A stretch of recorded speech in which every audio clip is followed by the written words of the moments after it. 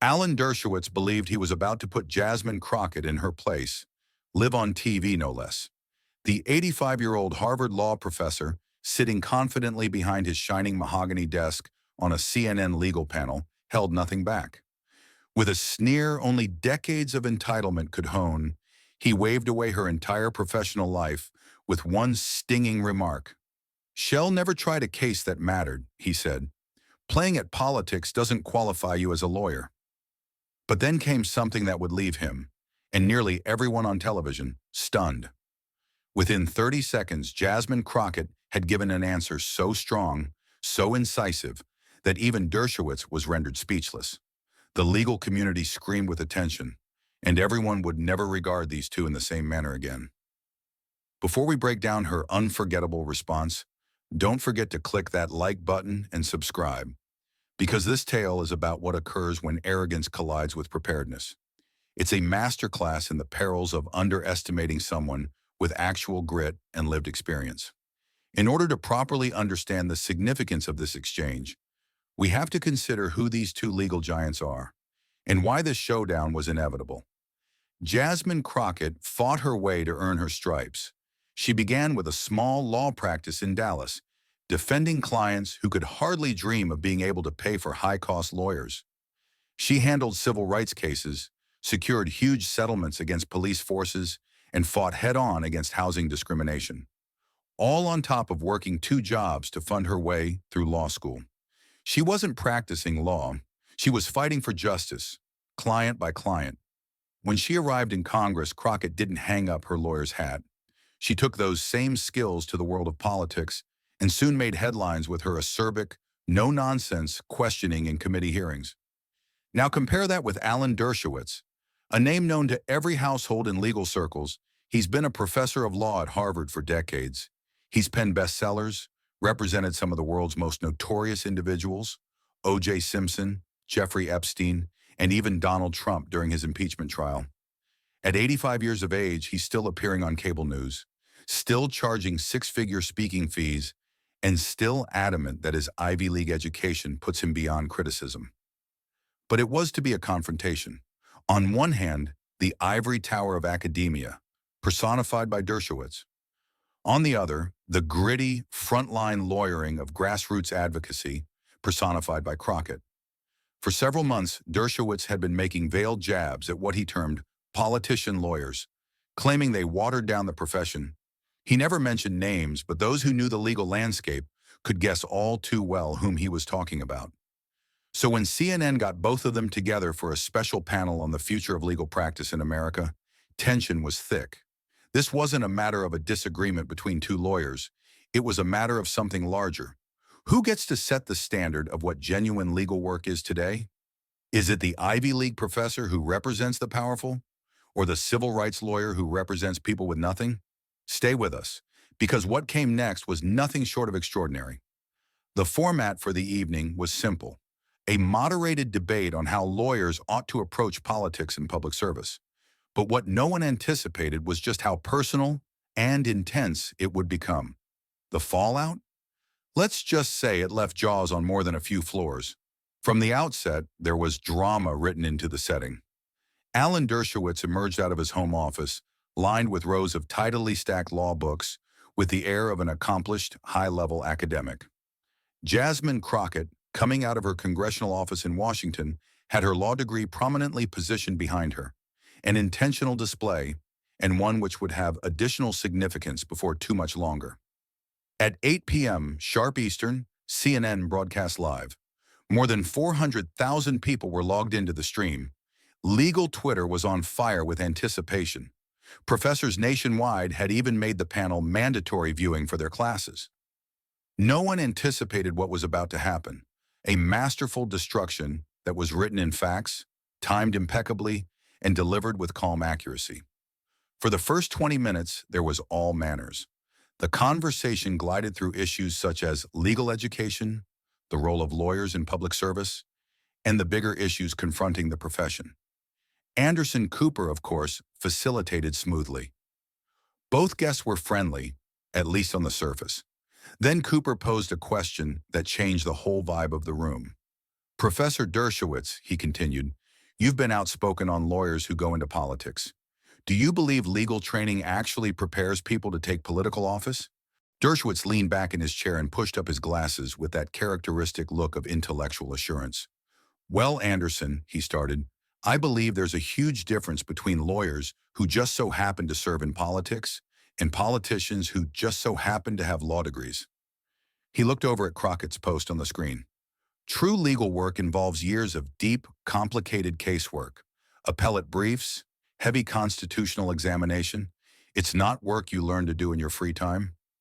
Crockett didn't even blink, but to those who have gotten to know her, the minute squint of her eyes meant everything. She'd heard this kind of condescending speech before. Feeling the tension, Cooper pushed the discussion along.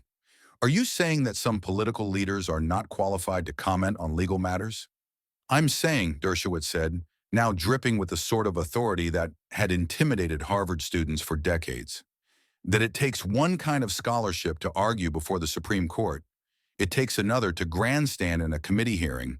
One requires legal scholarship, the other, showmanship. That term, performance, hung in the air like a gauntlet tossed down, and the internet picked up on it.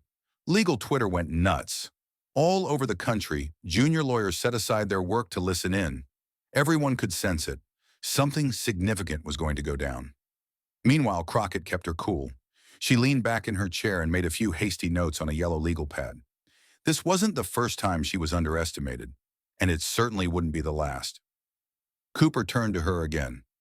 But Professor, he said, speaking to the camera, Representative Crockett served a complete legal career prior to joining Congress. She's not new to this. And are you familiar with her casework? Anderson Cooper asked. Dershowitz waved the question away with a dismissive flick of his hand. I'm sure she's handled her fair share of local cases, Anderson. But let's be honest here. There's a difference between small-time civil rights work and the kind of constitutional law that shapes the direction of this country. That's when Jasmine Crockett finally spoke. Her tone was even, level, not defensive, but definitely targeted. Professor Dershowitz, could you explain what you are referring to by small-time civil rights work? Dershowitz, obviously in command, replied with no trouble. I'm referring to cases that may be significant to people, he replied, but don't make precedent, don't influence constitutional interpretation, and don't find their way into law school textbooks. I see, Crockett answered, writing down a note. And in your opinion, what kind of legal experience makes a person qualified to comment on constitutional matters? Now Dershowitz was at his lecture tone. He leaned forward, palms together in front of him, as if to give a lesson. Supreme Court arguments, federal appellate practice, constitutional scholarship. Decades of developing this level of experience. It's not achieved just by getting a law degree in an election. Then he dropped the line that would, he hoped, put the conversation to bed. Let's be real, Congresswoman, he said, his voice cutting. You've never actually argued a real case that counted. Acting politician doesn't turn you into a lawyer. The pause that followed lasted merely 4 seconds, but it seemed like an eternity. A silence descended on the live stream. Law students, professors, and legal scholars viewing were aware of what had transpired. Dershowitz had drawn a line in the sand. He had laid down a gauntlet, and there could be no compromise now. He would humiliate Jasmine Crockett, or this moment would become a defining rebuttal of his career. Anderson Cooper attempted to diffuse the tension. I think both of you offer valuable insights, he said, but Crockett slightly raised her hand. Actually, Anderson, she said calmly, I'd like to reply to Professor Dershowitz's remarks regarding my legal background. She picked up a file folder that had lain unobtrusively to her right throughout the conversation. The motion was slow, self-assured, calculated. You could practically sense audience members leaning forward over their screens. Something important was about to happen, and she knew exactly what she was doing. Dershowitz settled back, satisfied. In his own mind, he had established his point. Actual lawyers defend historic cases. He had no idea what was about to happen. Jasmine Crockett opened the folder with the kind of subdued determination that comes from having spent years being underestimated and waiting for this exact time. Professor Dershowitz, she started, her voice calm and certain. You talked about real cases, cases that count, cases that set precedent and find their way into law school classrooms. She drew out the first document. Let me tell you about Thompson versus Dallas Housing Authority, which I briefed and argued before the Fifth Circuit Court of Appeals in 2019. Do you know the case? For the first time that night, Dershowitz's sure smile wavered. People all over the country, particularly people in the legal community, immediately began Googling it on their phones. Crockett continued. That case established new legal precedent on Section 8 housing discrimination. It is now cited in housing law classes at 17 different law schools, including Harvard. She paused, letting that fact hang in the air. I'm curious, she said with a slight smile. Is it on your constitutional law syllabus this semester? The first crack in Dershowitz's demeanor was visible. He shifted in his chair, just slightly but enough. But Crockett wasn't finished. Or perhaps Rodriguez versus Texas Department of Public Safety is more your speed, she asked, waving up another file. I argued that case before the Supreme Court in 2020. The decision altered the way states may pull people over for traffic stops. It affected Fourth Amendment interpretation directly. And so easily, the story had changed. Completely. My brief was cited 14 times in that opinion, Crockett added, calmly placing the document on her desk. Across the country, legal offices erupted into motion. Senior partners were diving into legal databases. Harvard law students were texting their professors mid-class. And legal Twitter? It was on fire. Screenshots of Crockett's cases were flying across timelines faster than anyone could keep up. Dershowitz tried to jump in. Congresswoman, I'm sure these are... I'm not done, Professor, Crockett replied sternly. Her tone remained calm, but there was no doubt about the determination behind it. You mentioned Supreme Court experience, she went on. So let me ask, how many times have you argued before the court in this decade? The question hit like a freight train. The pause that followed said it all. Dershowitz's expression shifted, just slightly, tight around the jaw, unsure of how to respond. Because I've argued 3 cases before the court since 2018, she continued without missing a beat. All 3 resulted in unanimous, or nearly unanimous, decisions. All 3 are taught in constitutional law classes, and all 3 expanded civil rights protections for everyday Americans. She grabbed another file. This, she explained, is my brief in Williams v. Federal Bureau of Prisons, which was decided last year. The court embraced our suggested framework on prison healthcare rights.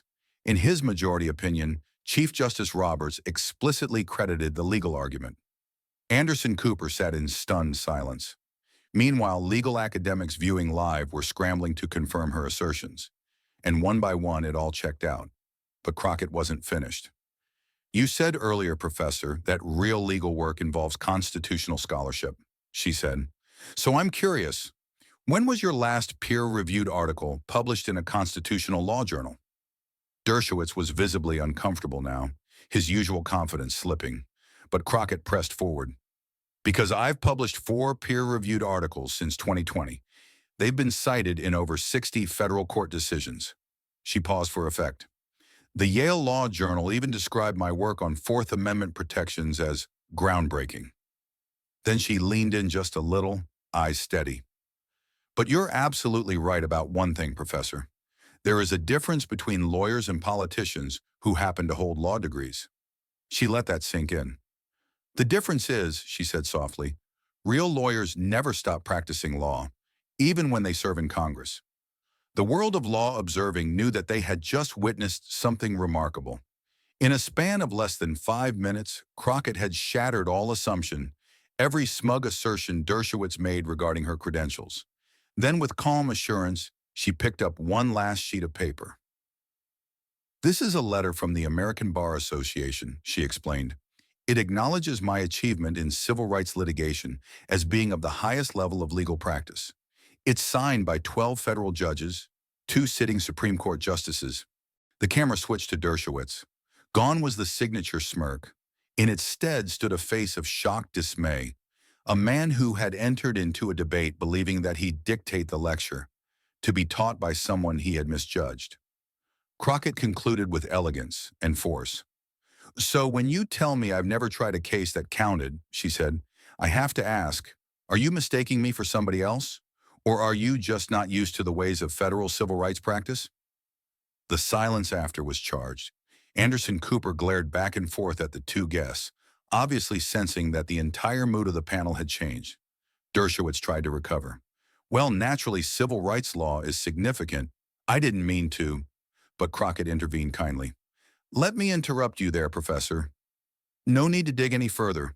I actually researched your recent casework prior to tonight's panel. She smiled, cool, assured. Would you like me to summarize your win rate in federal appeals in the last 5 years? The message was unmistakable. She had come armed. And with receipts. For the first time in years, decades really, Alan Dershowitz had no words.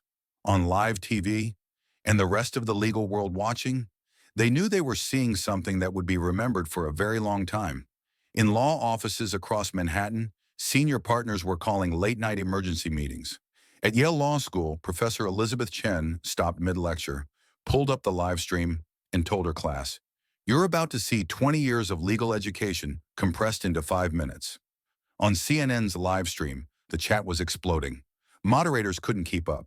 Messages poured in from attorneys, professors, law students, and judges. One message said it best. Holy sh... She came prepared. Yet Legal Eagle 2024. This, wrote a federal court clerk, is what real legal scholarship looks like. Another watcher wrote, someone call 911, we just witnessed a murder, with hashtag Harvard Law 3L. But even after all that had transpired, Jasmine Crockett still had one more surprise left in her sleeve, and it could have been the most devastating of the whole night. Professor Dershowitz, she replied, her voice gentler now, with an overtone that sounded almost like pity. I want to thank you for establishing a very important point this evening. She started gathering her papers with ease. You've shown the public exactly why so many Americans no longer trust elite legal institutions. When someone with your level of privilege and credentials can go on national television and dismiss the work of civil rights attorneys without even bothering to look into what we've actually accomplished, it says a lot about who the legal establishment really serves. Legal observers across the nation recognized instantly. This wasn't a victory for Crockett alone. It was a turning point for her and for Dershowitz, and not the kind he'd envisioned. Anderson Cooper attempted to get the discussion back on course, but the room's mood had already changed. The last 10 minutes of the interview were mere formalities. Dershowitz, still attempting to recover, moved on to discussing legal education's future. But each word he uttered now had the bitter taste of what just transpired. Crockett, in turn, had transitioned from reserved underdog to standing room like a pro. When Cooper asked her what's next, she didn't blink. Well, Anderson, she replied, scanning her notes, since Professor Dershowitz raised constitutional law, I should note that I have a forthcoming argument of Harris v. Georgia, Secretary of State in the Supreme Court next month. She gazed at the camera. It's a voting rights case that can have an enormous effect on how elections are held in states. Our brief was 8 months in researching and writing. 15 Harvard, Yale, and Stanford constitutional law professors signed on as amici. Justice Alito already asked for extra briefing on our new constitutional model. On screen, Dershowitz had turned white. The same individual he'd written off as a political lightweight was now debating Supreme Court strategy with the soft-spoken confidence of someone who did belong there, and always had. The segment concluded with Anderson Cooper thanking both guests, but everyone's mind was clear. One person alone walked out with their reputation intact than when they came in. In a matter of minutes, the legal world blew up. Harvard law students created a group chat named Crockett versus Dershowitz. It gained 500 people within an hour. Yale, Stanford, and Columbia law professors were already revamping their syllabi to add the exchange as a textbook model for how to take down an argument, without using anything but preparation, facts, and calm confidence. The hashtag # Crockett receipts started trending at the national level. Legal Twitter was filled with screenshots of her cases, references from her briefs, and excerpts from her published scholarly work, all of her facts checked out. UC Berkeley law professor Sarah Martinez tweeted, I've taught constitutional law for 15 years. What I just saw wasn't a debate, it was a masterclass. Crockett didn't win, she redefined the argument. Even federal Judge Maria Rodriguez commented on LinkedIn, "I've read Representative Crockett's legal briefs. Her work is exceptional. What the world saw tonight is just how she works, every single day." But not everyone was thrilled. Conservative legal commentator Jonathan Hayes claimed, "This was a setup. Crockett clearly planned to ambush a respected scholar. It was unprofessional." That sparked swift pushback from attorneys nationwide. "Having facts at hand is not an ambush," one attorney responded. "It's being a good lawyer." In the meantime, Alan Dershowitz's phone was ringing off the hook.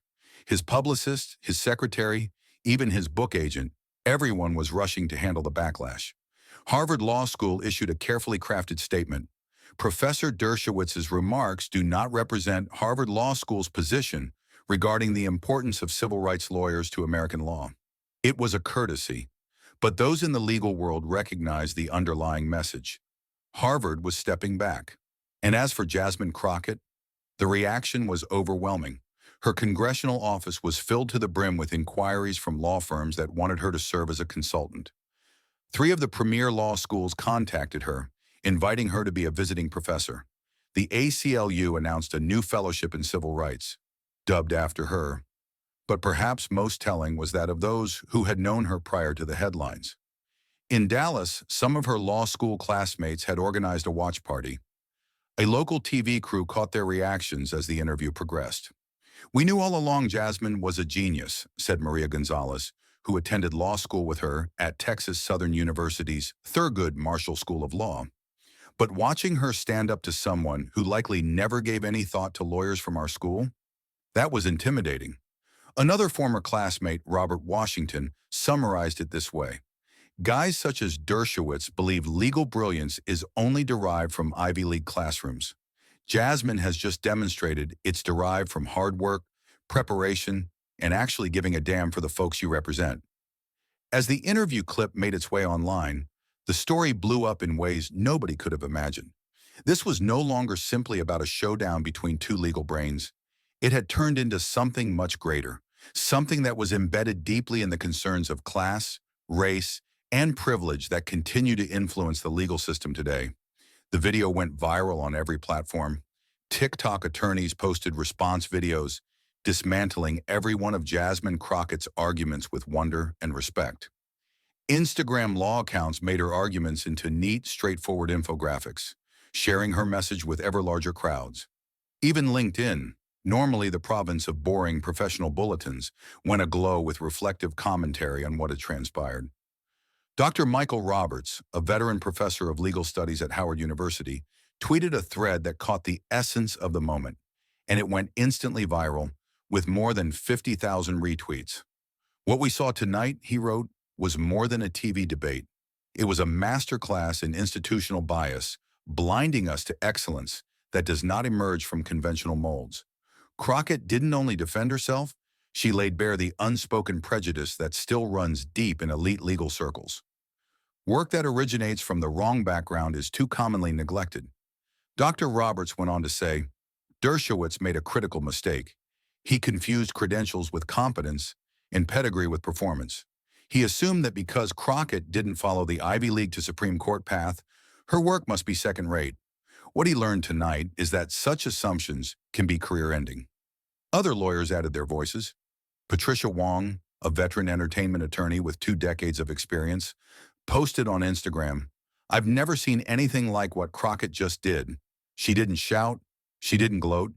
She simply dismantled her opponent with facts, calm poise, and razor-sharp preparation.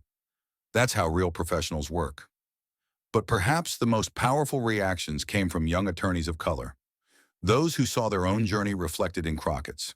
Maria Santos, a partner at a major firm who graduated from a lesser-known law school, tweeted, "To all lawyers who didn't make it Ivy League, who worked twice as hard to establish that they belonged, who were ever dismissed because of their background, tonight was for us." There was a new hashtag, #not your traditional lawyer. It immediately started trending as lawyers of all stripes posted personal anecdotes, accounts of being belittled for their school, their upbringing, or their field. They spoke of being the first in their family to go to college. Others remembered mentors who instructed them to tone it down or stay in their lane.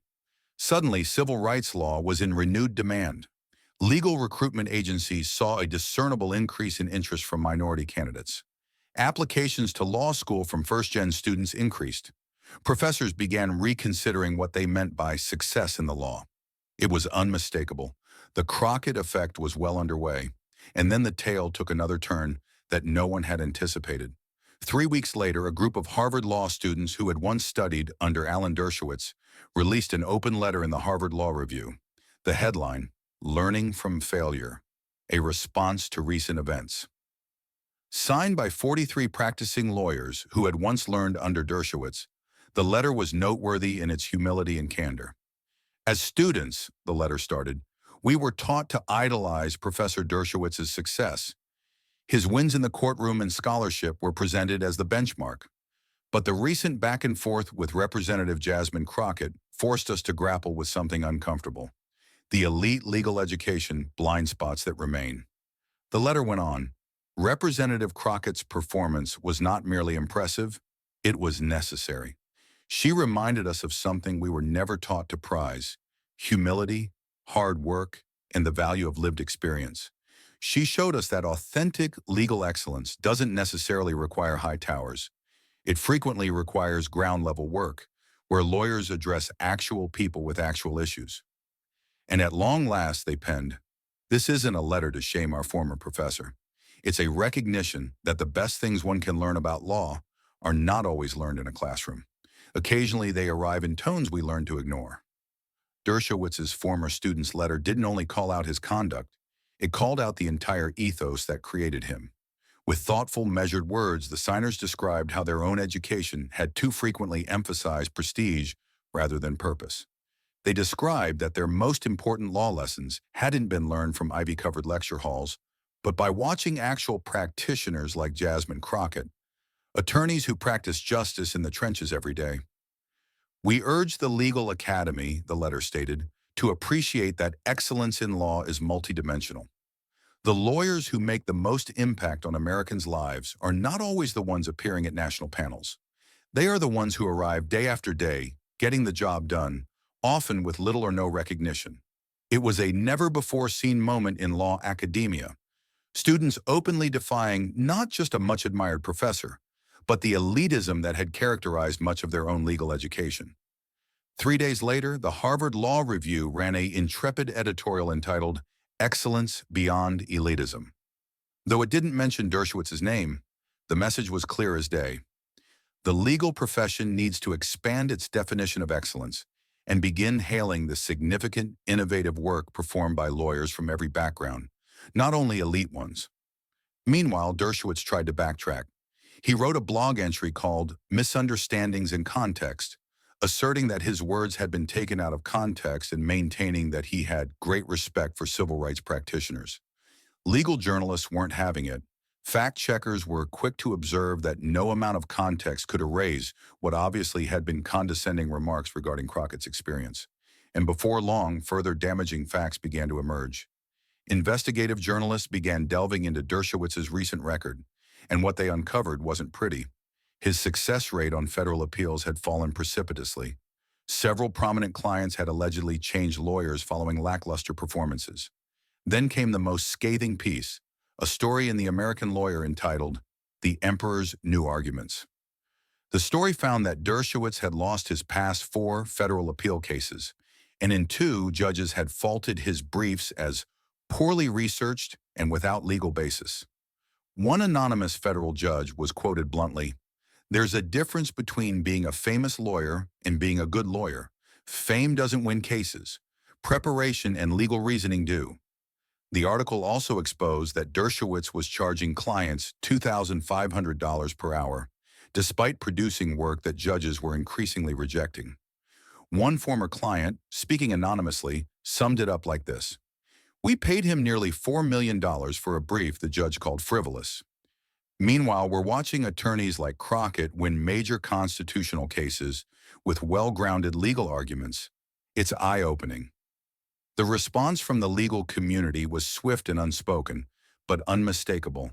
3 large law firms quietly dropped Dershowitz from their of counsel rosters, Speaking bureaus indicated a sudden collapse in bookings for his appearances. And most ominously, Harvard Law School said his popular constitutional law seminar would be restructured the next semester, a pointed indication his role was being reduced. On the other side, Jasmine Crockett's star was lighting up faster than anybody ever dreamed. Her office posted that she would be leading a master class at Georgetown Law next semester in federal appellate practice. In the post was one sentence that everyone noticed. This course will focus on building compelling legal arguments through thorough research and factual accuracy. Law students and lawyers immediately recognized who that message was intended for. The course was oversubscribed by over 400% within hours. Harvard, Yale, Stanford, and Columbia students alike asked to audit the class. Even experienced lawyers who had been practicing 10 or 20 years joined the waitlist, hoping to learn directly from the woman who had just redefined what legal brilliance in the modern era means. Georgetown Law Dean Sarah Mitchell explained to the Washington Post, "We've never seen this kind of interest in a visiting practitioner course.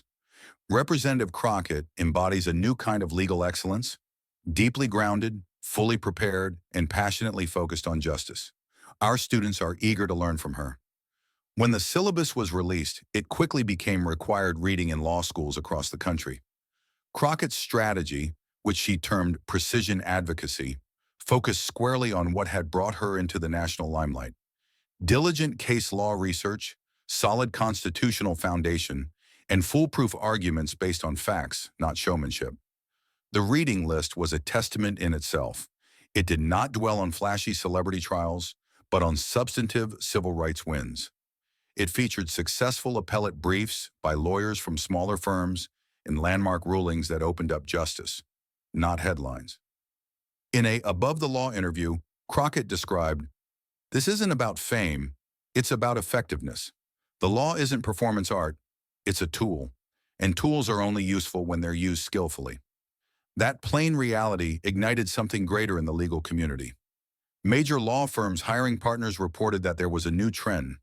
Prospective clients were now inquiring about their lawyers' actual courtroom track records, not merely where they attended school.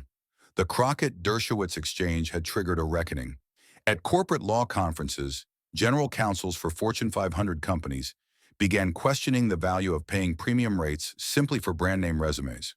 One GC put it bluntly, "We realize we've been paying top dollar for Ivy League diplomas, not always for results." Crockett reminded us what really matters. Law firms adjusted quickly. Their sites started highlighting actual wins, client results, and appeal court victories, rather than mere academic credentials. Hiring efforts widened as well. Firms that once recruited nearly entirely from a dozen top schools started to cast a broader net. One hiring partner at a high-end New York firm put it this way, "We finally learned the obvious. Talent doesn't just come from 12 law schools, and it never did. Some of the greatest lawyers in the world today are individuals who perhaps were overlooked under the previous system, dismissed because they didn't have the right school on their resume. But what they can bring to the table, experience in the real world, acquired expertise, and commitment, outweighs prestige at all times." 1 month after the now infamous television spat, the American Bar Association issued new standards for legal commentary in a low-key manner. In these guidelines, they insisted that lawyers who appear on television should carefully research their assertions prior to commenting on the qualifications of other lawyers.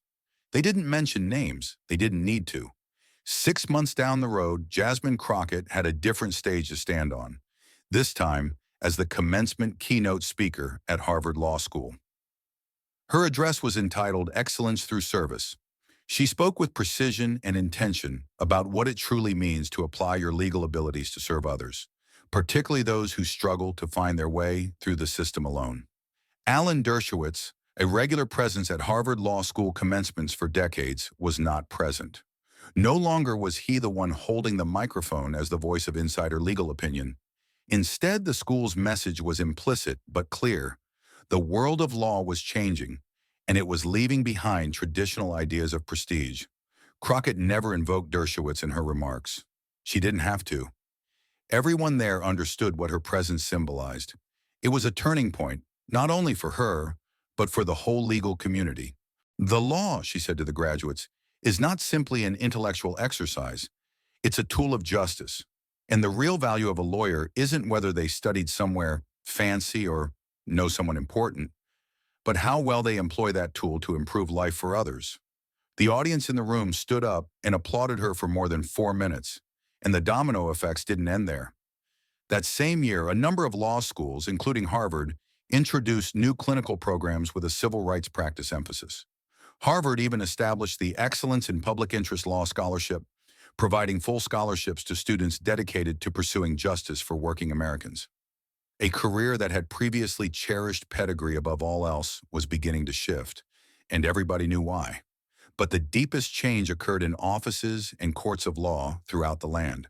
The junior associates, some of whom had been watching in silence from the sidelines, started to voice their opinions. They arrived for meetings not only with points of view, but with studies, with proof. They did not retreat when challenged by someone with a larger title or more ornate degree. They adhered to what had become affectionately referred to as the Crockett method, a style of practicing law based on preparation, accuracy, and performance rather than prestige. And Alan Dershowitz? He quietly reduced his media appearances and turned his attention back to academic writing. When asked in later interviews about that infamous exchange, he simply said, "I've learned the importance of doing thorough research before making public statements." It was the closest thing to an admission of defeat the legal world had ever heard from him. What happened in those 8 minutes on live television became legendary. It's now a course of study at law schools as an example of how to construct and present an effective winning argument in court, and as a warning to anyone who still thinks credentials are more important than ability. Jasmine Crockett did more than stand up for her resume that evening. She redefined what American legal excellence is, all one fact, one case, one well-timed cite at a time. And for anyone who might still be questioning whether it's all right to judge a person based on where they attended school, what their surname happens to sound like, or if they've ever had a Supreme Court argument in front of them. Well, just ask Alan Dershowitz how that worked out for him. If this story opened your eyes to what real legal excellence looks like, don't forget to hit that like button and subscribe for more powerful stories about people who prove, again and again, that preparation beats pedigree. Because in a world filled with Alan Dershowitzes, we can all use a dose of more Jasmine Crockett and the bravery to stand up and speak truth to power when it really counts.